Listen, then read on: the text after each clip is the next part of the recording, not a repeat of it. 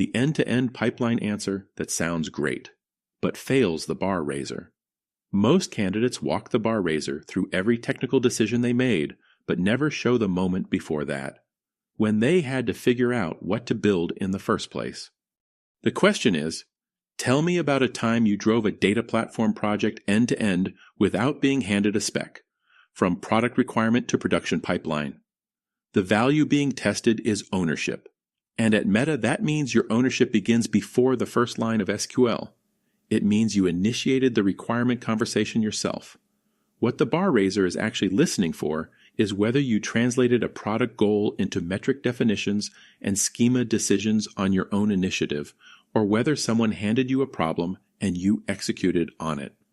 Here is how most strong candidates answer this question about owning a data platform project end-to-end. Sure. We were building a new checkout flow, and the team needed engagement metrics. I worked closely with the PM and DS to understand what they needed, then designed a star schema with a fact table for checkout events and dimensions for users and products. I wrote the ETL pipeline in Spark, added data quality checks, and deployed to production. The DS team was able to run their analysis the next day. The pipeline ran reliably for over a year with no major incidents. Requirement source unclear. Who initiated the metric conversation? Metric definitions not mentioned. What did engagement mean and who decided? Schema rationale absent. No connection between product goal and model choices. Framed as execution, not initiation. Candidate sounds like a skilled order taker. Here is what I am writing in the debrief right now. Item 1. Candidate never clarified who initiated the requirements conversation with PM and DS. Item 2. No evidence candidate translated a product goal into specific metric definitions independently. Item 3. Schema decisions described without grounding in product outcome or business logic. Item 4. Story begins at execution. Ownership signal requires evidence of initiation before first line of SQL. Verdict does not demonstrate ownership. Same question, same type of project.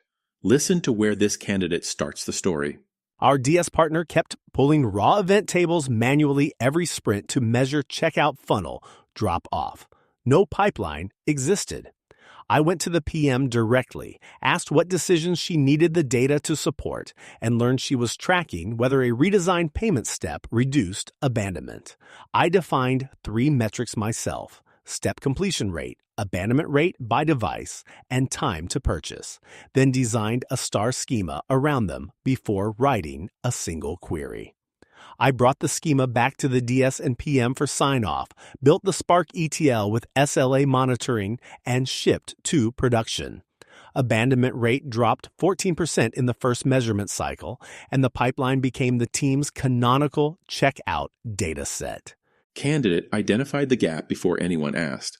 Proactive ownership. Went directly to PM to understand product decision context, not just data needs. Defined metric framework independently before touching schema or SQL, shipped with monitoring and DS sign-off, owned reliability, not just delivery. Notice what changed. The story starts before the schema, not at it. Item 1. Candidate self-initiated requirement gathering by approaching PM directly without prompting. Item 2. Defined metric framework independently from product goal before any schema design. Item 3. Schema design explicitly grounded in business decision PM needed to make. Item 4. End-to-end ownership demonstrated discovery, metric definition, schema, pipeline, monitoring, and outcome. Verdict, strong signal, raises the bar.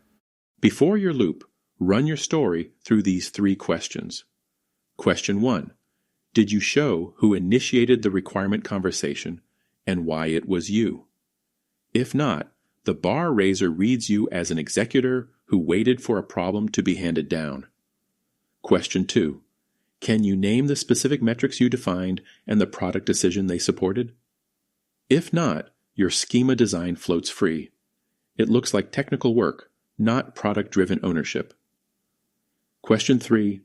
Does your story end with a product outcome, not a pipeline going live? If not, you have described delivery.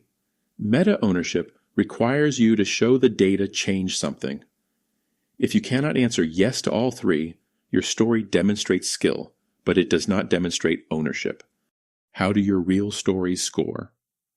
Get a personalized report scored against the interview rubric Meta uses for data engineers, including how the bar raiser evaluates ownership stories exactly like this one.